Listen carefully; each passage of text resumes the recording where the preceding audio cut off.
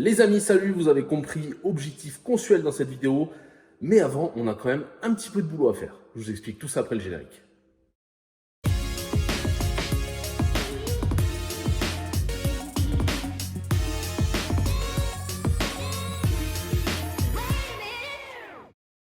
Et oui les amis, objectif consuel. Alors déjà pour commencer, alors vous voyez, j'ai tombé la veste un peu parce que commence à faire soleil, ça fait bien. Objectif consuel, déjà le consuel c'est quoi? C'est une association loi 1900, je cite le site du consuel. Loi 1901 qui s'occupe de reconnu d'utilité publique, qui s'occupe de vérifier les installations électriques. Donc dans le cadre d'installation par des amateurs comme nous, voilà, typiquement ça s'applique à nous, eh bien ils viennent systématiquement. Je vais laisser de côté toutes les infos sur tout ce qui est rénovation, etc. Voilà, je préfère vous envoyer vers le consuel justement qui saura vous répondre, savoir s'il faut refaire passer le consuel par rapport à l'évolution de votre installation électrique, de la rénovation complète, etc. C'est des cas particuliers. Nous, dans notre cas, eh bien, le consuel va passer pour nous valider l'installation. Qu'est-ce qu'il regarde? Il regarde, suivant la NFC, non, la NF 1500, la 1500, bref, on va dire la 1500, qu'on ait tout bien respecté, qu'il y ait le bon nombre de prises par circuit, il regarde les sections des fils, il regarde les disjoncteurs différentiels et divisionnaires, il regarde, bon bref, il regarde tout ça les intéresse. Ils font un gros focus sur tout ce qui est mise à la masse, mise à la terre, donc des prises, voilà, toutes les prises, ils viennent les tester logiquement. En tout cas, c'était comme ça dans la maison. Ils viennent tester toutes les prises au niveau de la terre. Ils viennent tester la terre entre le tableau électrique et l'extérieur, la résistance en ohms. Et donc, voilà. Qu'est-ce qu'ils ne font pas par contre au niveau de la domotique, tout ce qui est interrupteur, tout ce qui est bus KNX, etc., ça ne les intéresse pas. Voilà. Ils savent très bien que c'est du 29 volts, aucun problème, aucun risque. Par contre, ce qu'ils viennent contrôler aussi, parmi d'autres, c'est les volumes dans les salles de bain. Voilà, il faut que les prises ne soient pas à côté des douches, etc. Logique. Il faut aussi qu'on ait bien mis à la masse tout ce qui pourrait être conducteur dans les salles de bain. Ça s'appelle la liaison équipotentielle. Ensuite, ce qu'ils tolèrent, c'est que les fils là-bas, vous voyez par exemple les fils qui sont à l'extérieur là-bas, ils tolèrent qu'ils restent comme ça. Alors il va falloir quand même qu'on mette des guagos, on va refaire tout dans la maison, de toute façon, logiquement tout est protégé. Mais dehors là, il va falloir qu'on mette des guagos pour protéger les fils. Ils savent très bien qu'on n'a pas forcément déjà les appliques au moment où ils viennent, qu'on n'a pas forcément câblé les spots de la terrasse, je sais pas, je dis des bêtises, les trucs extérieurs, bon bref. S'il y a des guagos, c'est bon, ça leur va pour eux. Voilà, je pense que j'ai fait le tour. Qu'est-ce qu'on va faire ensemble? On va faire les prises qui restent. Il nous reste quelques prises à câbler, quelques prises à mettre. Pour ça, je vous mettrai sur ma tête. C'est pas très technique, mais c'est quand même intéressant à voir. Il va falloir que je revoie un petit peu toutes mes gaines là, ici. Parce que vous voyez, là, les deux gaines de RJ45, elles cheminent le long de la gaine en 230 volts. Et ça, c'est pas terrible parce qu'il peut y avoir des interférences dans les RJ45 quand on fait ça. Donc, il vaut mieux éviter. Donc là, je vais les séparer un peu. Et puis, ça fera partie aussi de la préparation de la dalle avant qu'il coule la dalle. Parce que ça devrait intervenir aussi d'ici quelques semaines. Voilà, allez, j'ai beaucoup parlé. On s'y met. Ah oui, j'ai oublié de vous parler du VDI. Le VDI, ils s'en foutent. Le VDI, ils s'en foutent. Ce qu'ils s'en foutent pas, par contre, c'est qu'il y aura 3 prises dans le VDI. Il en faut au minimum 2. 3 prises, c'est parce que c'est le luxe. Donc, 3 prises. Donc il va falloir que je le fasse avant qu'ils viennent, la personne du consuel, et puis voilà. Allez, j'ai tout dit, on s'y met. Ici on est dans le garage, hein, donc logiquement on n'a pas forcément besoin, alors je commence à préparer mes fils, hein, vous voyez je les ai dénudés, on n'a pas forcément besoin de boîtier étanche, mais bon, moi je prends un boîtier étanche parce qu'il nous en reste, donc voilà, donc j'ai fait mon trou. Alors là, c'est un boîtier de récup, hein, un peu. Mais j'ai fait mon trou sur le diamètre 16-20. Donc parfait, parce que c'est du diamètre 16 ici. C'est du 1,5. Donc je passe ceci dedans. Je passe dans le boîtier. Hop. Je mets mon boîtier en place. Et voilà. Alors, en général, on essaye de cacher un peu la misère. Hein. C'est-à-dire que s'il y a des pelures au niveau de la découpe, eh bien, on les met dedans. Voilà. Ici, je n'ai plus qu'à serrer mes crochets.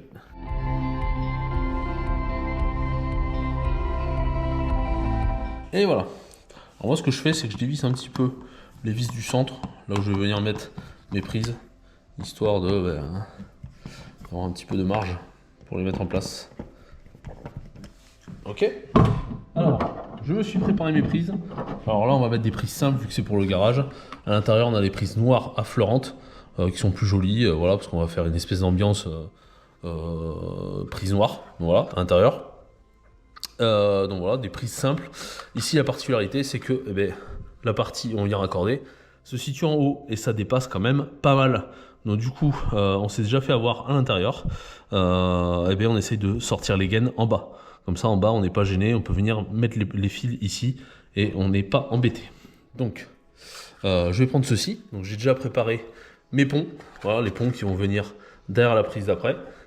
Donc, tout simplement, hein, je prends mon fil rouge. Je le mets ici. Je prends ma terre. Je le mets ici.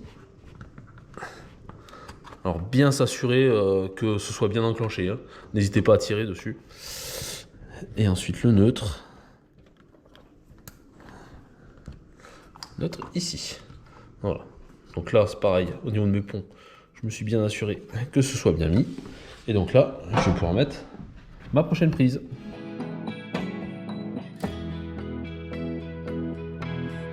Ok, donc là je vais faire en sorte que tous mes fils passent au-dessus des petites colonnes ici où il y a les vis. Et je vais commencer par mettre la première prise. Alors on passe ça dans le trou le plus gros et on met en place. La seconde, on fait passer dans les trous. Il y a toujours un endroit où ça bloque. Voilà. Là, je la mets temporairement, hein, comme ça. Parce que vous voyez ici, il y a des petits crochets là. Vous voyez bien, il y a des petits crochets. En fait, ça va venir se mettre les crochets les uns dans les autres. Mâle, femelle. Et voilà. Donc ici. Voilà. Donc là, je suis plutôt pas mal. Je sais que mes fils derrière, ils sont bien passés. Ils sont assez longs.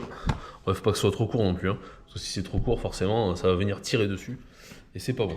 Donc là, ce que je vais faire, c'est que je vais commencer à me rapprocher un petit peu. Alors je serre pas à fond, hein.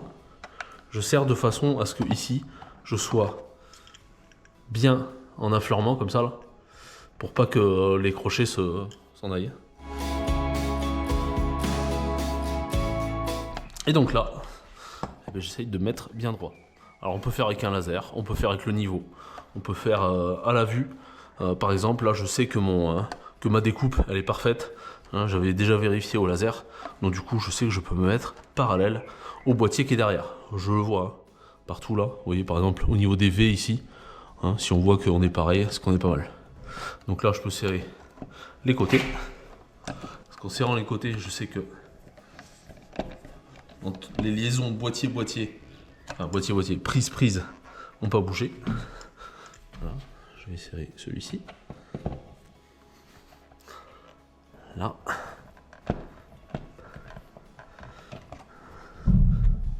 Hop là. Et maintenant, je peux serrer au milieu. Pareil, de façon progressive, hein, histoire que ça se déboîte pas au dernier moment. Voilà. Pareil, on ne serre pas comme des bourrins, hein, ça sert à rien. On serre juste comme il faut.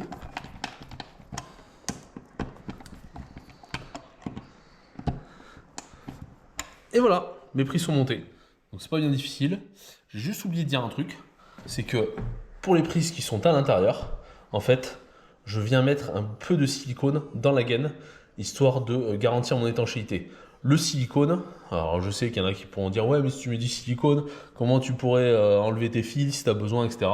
Le silicone, il suffit d'avoir une petite pince téléphone, d'aller le choper à l'intérieur, et puis ça fait comme un petit bouchon, hein. Ça sort, hein. Et là ça permet en l'occurrence de garantir une certaine étanchéité entre l'intérieur de la maison et le côté compteur. Donc voilà, donc on isole à l'air. Et du coup, ça nous permet de nous garantir une certaine étanchéité pour le test de l'Aéro 2020. Et puis pour les sous-sous, parce que mine de rien, il peut y en avoir beaucoup de l'air qui circule dans les gaines. Donc un petit bouchon de silicone, c'est vraiment pas mal. Allez, la préparation avant le visite du consuel, ça se passe aussi forcément dans l'ETEL. Alors, j'ai déjà dit ETL, mais c'est faux, c'est ETEL, espace technique électrique de logement, donc où se trouve la GTL, gaine technique de logement, qui est ici, et justement, il va falloir qu'on la ferme pour la visite du consuel. Il faut fermer en haut, il faut fermer en bas, il faut fermer avec les obturateurs prévus à cet effet, qui sont ici, là. Ils sont bien moches, les trucs Eaton, là. Donc il va falloir fermer tout ça. Il va falloir aussi, enfin c'est déjà fait, mais il faut être sûr qu'on ait les minimums 2 prises dans l'ETL, dans l'ETEL, pardon. Donc c'est bon, elles ont été testées, voilà, vidéo dédiée pour le VDI à venir ou déjà publiée, suivant quand est-ce que vous regardez cette vidéo. Et donc qu'est-ce qu'il va manquer? Il va manquer la liaison entre le tableau électrique et la GCP, autrement dit le compteur abonné, qui sera sur ce mur. Pourquoi il sera sur ce mur? Parce qu'il faut qu'il y ait un support M0 derrière, donc qui soit insensible au feu, il me semble, M0. Donc voilà, mais par contre il faut doubler, parce qu'il faut que le support il fasse au moins 25 mm. Donc on va doubler le placo. Alors j'ai vu sur des forums, etc., que le sous-traitant, enfin certains sous-traitants d'Enedis exigent que ce soit des plaques anti-feu. J'ai vu ça nulle part, dans la norme 1400. Donc si on exige ça, demandez absolument à ce qu'on vous donne la source de cette exigence, parce que pour nous, c'est complètement bidon. Donc 2 plaques de placo, ou du Fermacell, ou ce que vous voulez. Si vous voulez vraiment faire des plaques inifugées, mettez des plaques inifugées, ça vous fait plaisir. Mais en tout cas, c'est pas une exigence. Il faut que le compteur abonné soit au-dessus de la gaine IK10, pardon.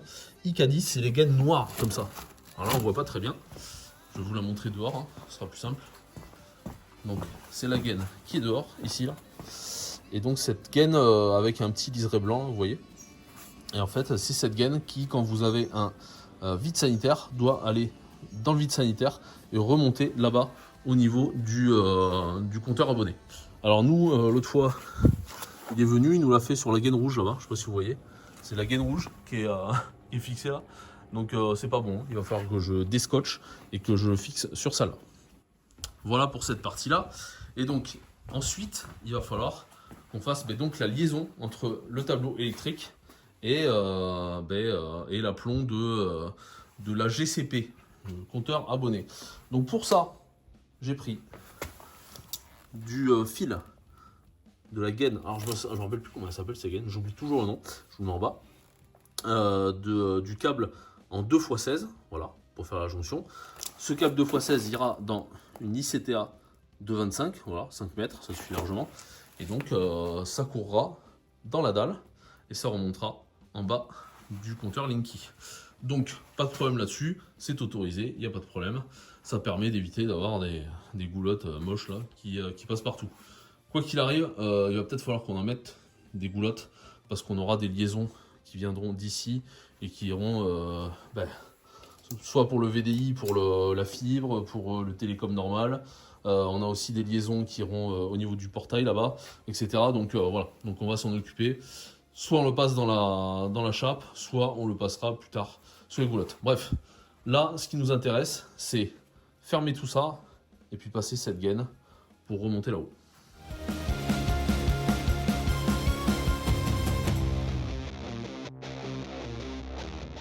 Allez, c'est bon pour ma seconde plaque. Donc pas de difficulté particulière, d'habitude, les plaques maintenant d'habitude. Donc par contre le débord là, oui c'est une plaque qui est un peu cassée. Le débord je vais le couper plus tard, quand je continuerai le placo ici. Et j'en ai profité d'avoir mon laser pour tracer en fait l'endroit où je vais mettre mes attaches. Voilà, parce que la gaine va arriver avec son fil à l'intérieur. Voilà, donc je l'ai passé. Pas de difficulté particulière, c'est 5 mètres, 5 mètres. Avec un câble aussi gros dans une gaine comme ça passe, les doigts dans le nez. Donc voilà, et donc ça va remonter ici depuis le sol. Et donc j'ai mis des petites croix un petit peu partout, grâce à mon laser, tous les 20 cm, avec une arrivée ici à 1m20. 1m20 pour moi c'est la hauteur standard du du compteur qu'il y aura, du compteur abonné. Donc voilà, donc je vais fixer ces colliers qui vont fixer ma gaine grâce à des chevilles. Voilà, des chevilles Fischer, standard, c'est de la bonne marque. Donc voilà, je vais faire mes trous et je vais fixer ça.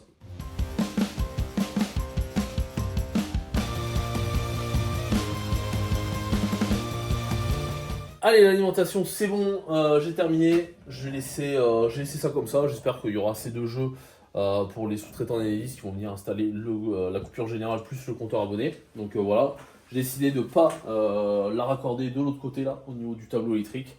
Justement, on sait jamais, hein, s'ils ont besoin d'un petit peu de mou, etc., ils pourront tirer plutôt que ce soit en tension ou quoi que ce soit. Et voilà, je vais attendre qu'ils fassent ça, de toute façon, c'est pas gênant tant que c'est raccordé au niveau au moment où viendra le consuel. C'est bon. Allez, parlons maintenant de la terre. Ça, c'est une barrette de coupure basse. Ça vient faire la liaison entre le piquet de terre qui sera dehors, le câble qui va rentrer à l'intérieur de la maison, et la liaison qui aura donc entre la barrette de coupure basse et le tableau électrique. Pour cette partie-là, pour la partie tableau électrique, barrette de coupure basse, nous avons du 16 carré. Voilà, c'est du 16 carré qu'il faut. Donc c'est pareil, je l'ai gainé comme l'autre et elle va passer le long. En fait, je vais l'attacher avec parce que là, elle est un petit peu dur à discipliner toute seule dans sa gaine.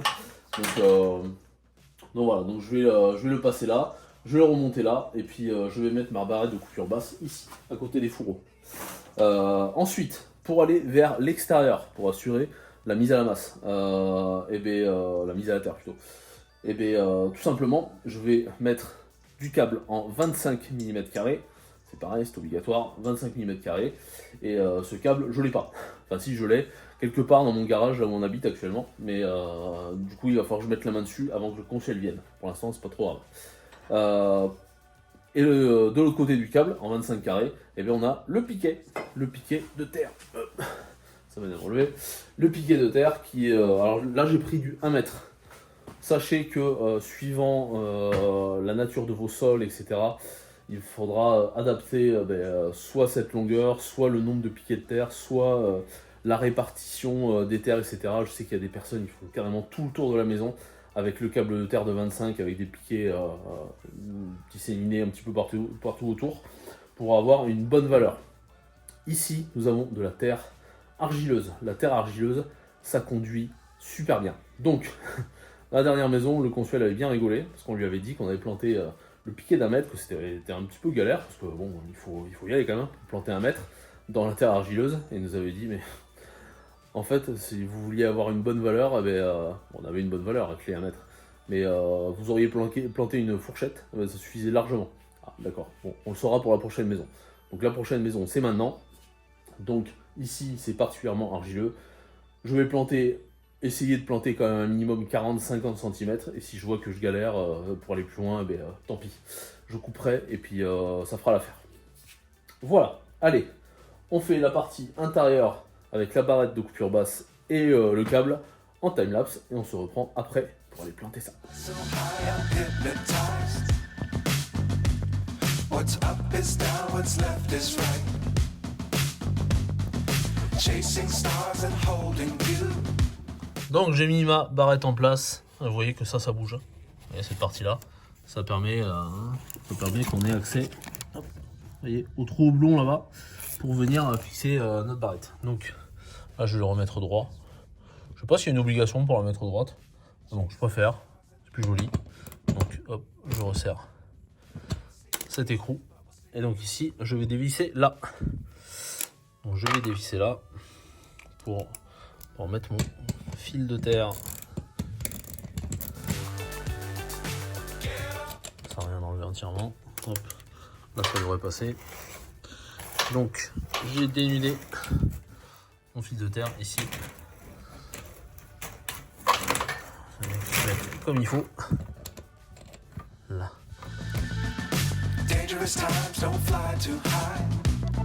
Là. Voilà, donc voilà, je vais pouvoir venir comme ça. Je le tourne un petit peu plus. Logiquement, c'est bon, hein, ça bouge plus. Hein. Voilà.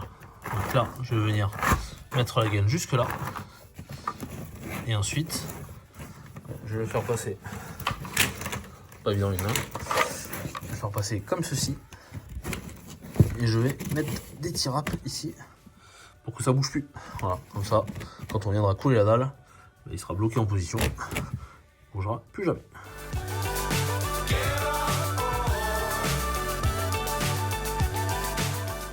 Allez, ben on va pas s'embêter, hein, vous voyez. Ici, c'est là que sortira mon fil de terre.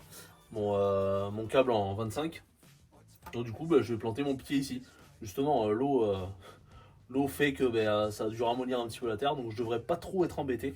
Ça devrait pas être trop dur. Par contre, je sais que dessous, j'ai pas mal de cailloux. Donc, on va voir. Ça, c'est le bout qui va attacher le câble en 25. Donc celui-là, je le mets de côté. Hein. Hop. Allez, c'est parti.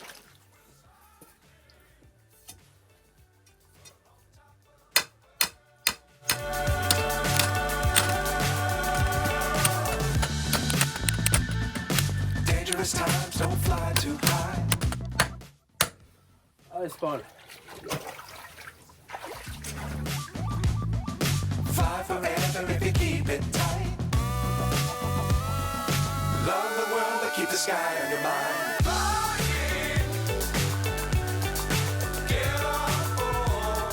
Alors pour la terre à l'intérieur, déjà dans un premier temps, on va couper la bonne longueur. Parce que là on est un petit peu long. Donc voilà, j'ai quand même pas mal de longueur en trop. Donc je vais couper ici. Hop, allez, à ce niveau-là.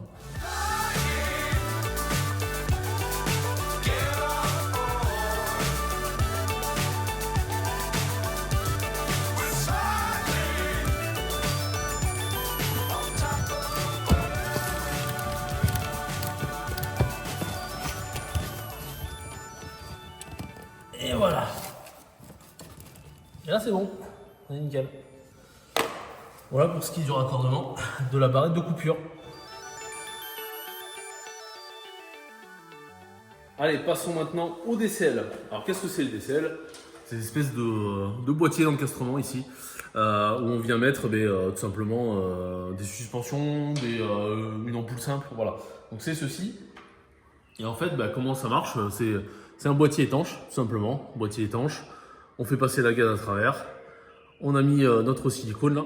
Je sais pas si vous le voyez bien. Le silicone, il y a des espèces de wagos, enfin voilà, des endroits où on enclenche les fils électriques, tout simplement. Et puis ensuite, on vient faire remonter tout ça. Il faut arriver à le passer d'un côté ou de l'autre. Là. On remonte tout ça. On a un petit crochet avec. Donc on le met au travers, et puis on vient se visser dans l'espèce de colonne qui est au milieu. Et voilà, le tour est joué. Alors le crochet va nous servir à venir mettre une suspension. Voilà, c'est un renfort qui est quand même assez costaud. Hein. Donc voilà. Ensuite ici, on a une espèce d'insert là pour mettre, je sais pas si vous voyez, 3 espèces de trous au fond là. Mais en fait c'est safe, hein. Ça veut dire que les connecteurs ils sont pas du tout à fleur, ils sont pas du tout, enfin voilà, c'est vraiment sécurité. Donc ça peut rester comme ça pour le Consuel. Lui dira rien, il saura que c'est raccordé derrière. Donc ça lui va très bien. Et ultérieurement, soit on mettra une suspension, soit on mettra juste le plug là, et pour venir mettre une ampoule en attendant de mettre une suspension qui va bien. On n'a pas encore réfléchi à tout ça, on en est loin de la déco. Donc voilà pour les DCL. Allez, après les DCL, après la DCL, on va attaquer ceci. En fait là on est au niveau des nourrices de chauffage. Donc du coup pourquoi il faut que j'attaque ceci? Parce que ça peut pas rester comme ça. Ça vient du tableau et possiblement il pourrait y avoir du 230 volts. Donc pour le Consuel c'est un no-go. Donc du coup ce qu'on va faire c'est qu'on va cacher un petit peu tout ça. Pourquoi on le cache? Pourquoi je ne les raccorde pas tout simplement avec les servomoteurs qui sont ici? Et tout simplement parce que j'ai pas le temps. Je me suis fait une tendinite à l'épaule, enfin à l'épaule, au niveau du coude. C'est descendu de l'épaule jusqu'au coude. Et du coup ça m'a laissé un petit peu éloigné du chantier pendant un moment. C'est pour ça d'ailleurs qu'ils ont eu le temps de faire la dalle, la chape liquide. Ce sera une autre vidéo ça. Et du coup j'ai pas eu le temps de travailler et d'avancer comme je voulais. Donc là il nous reste que quelques jours avant que le Consuel passe. Donc on va la jouer safe, on va mettre juste des wagons. C'est parti. Donc là, voilà le avant, et puis je vous montre ensuite le après.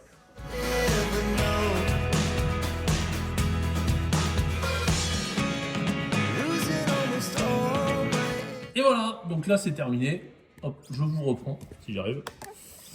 Je vous reprends, voilà, donc tout simplement, hein, il suffit de mettre tous les fils dans les wagons, un par un neutre, une phase. C'est le même délire que là, hein. C'est le même délire que par exemple ici au niveau du miroir de la salle de bain parentale.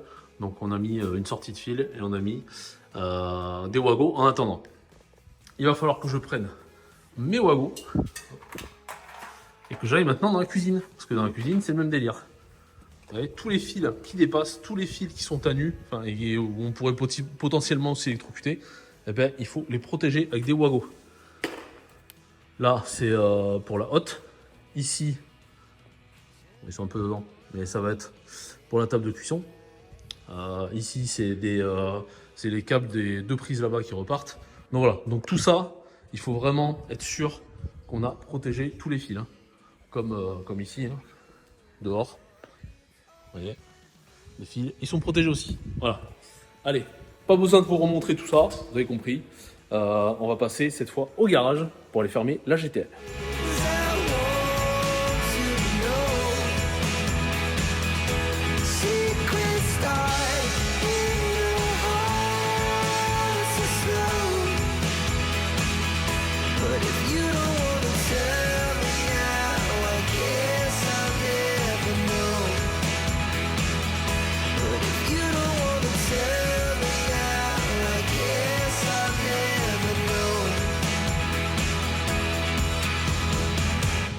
Et voilà, c'est terminé les amis. Donc pas bien compliqué, hein. Pas bien compliqué de faire les fermetures.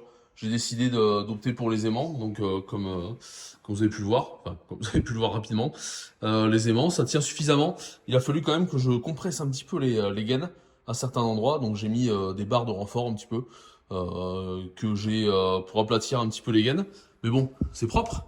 Du coup, Sandrine, hors caméra bien sûr, a fait les obturateurs ici avec les étiquettes avec les descriptions des disjoncteurs, voilà, je vais y arriver, des disjoncteurs divisionnaires. Donc voilà, c'est pas mal, c'est propre au final, hein, ça fait fini, enfin. Donc du coup, eh ben, moi j'ai peaufiné un petit peu tout ça, vous voyez, j'ai mis des petits capuchons. Vous voyez ce capuchon là, c'est Spax qui fait ça. Et ça va bien avec leur vis là, vis tête étoile. Et puis voilà, ça fait bien fini du coup. Voilà pour la GTL. Voilà donc après cette magnifique ETEL, je sais pas, ETEL, espace technique électrique de logement, et ben voilà, j'ai refait tout le tour, j'ai regardé toutes les prises marchent, donc logiquement au niveau des raccordements d'éther, il ne devrait pas y avoir de problème. Au niveau des spots, des DCL, enfin tout ce qui est au plafond, c'est bon. Les wagos sont en place là où il faut qu'il y ait des wagos. Idem ici au niveau du futur îlot de la cuisine. Donc logiquement, on est carré, on est nickel. J'ai regardé la terre aussi, rien n'a bougé. Donc voilà, je pense qu'on est fin prêt. De toute façon, prêt ou pas, il vient demain, l'inspecteur du Consuel. Et en parlant de l'inspecteur du Consuel, il y a un petit changement par rapport à ce qu'on avait eu il y a 10 ans. C'est-à-dire que j'ai vu sur le site du Consuel qu'il ne donnait pas la réponse en direct, un petit peu comme le permis de conduire. C'est-à-dire que je pense qu'il doit y avoir des gens qui, logiquement c'est ça, qui ont été un petit peu virulents parce que l'inspecteur leur a dit ouais non c'est vraiment pas conforme votre truc, je peux pas valider. Donc je peux comprendre complètement. Donc s'il voit qu'on est cool, je pense, j'ose espérer qu'il nous dira ok c'est bon votre installation elle est bonne, ou qu'il nous dira ok ça essayez peut-être de le reprendre pendant que moi je continue à faire le tour. Ok vous l'avez repris, c'est bon, je vous valide le truc. J'espère que ça se passera comme ça.